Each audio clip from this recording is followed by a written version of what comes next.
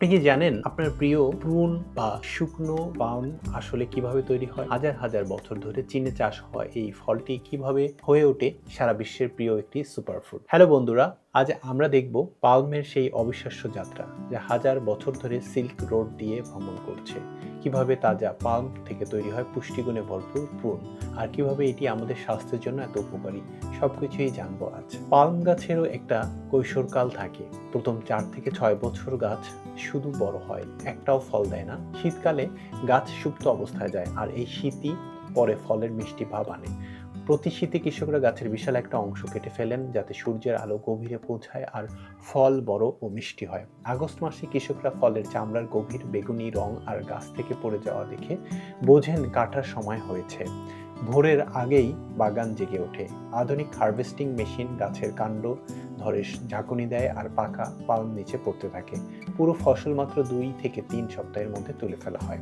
এই তাজা পালম মাসের পর মাস ধরে চিনি, অ্যাসিড আর অন্যান্য যৌগের নিখুঁত ব্যালেন্স তৈরি করছে।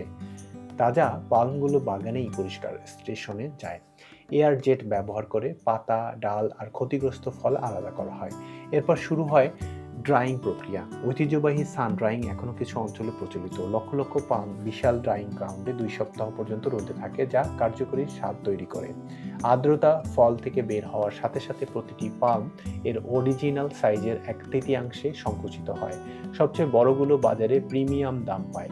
মেকানিক্যালি ডাইড প্রুন বনাম সানড্রাইড প্রুন। সানড্রাইডে ময়লা পড়ার সম্ভাবনা বেশি থাকায় এগুলো ভালো করে ধোয়া হয়।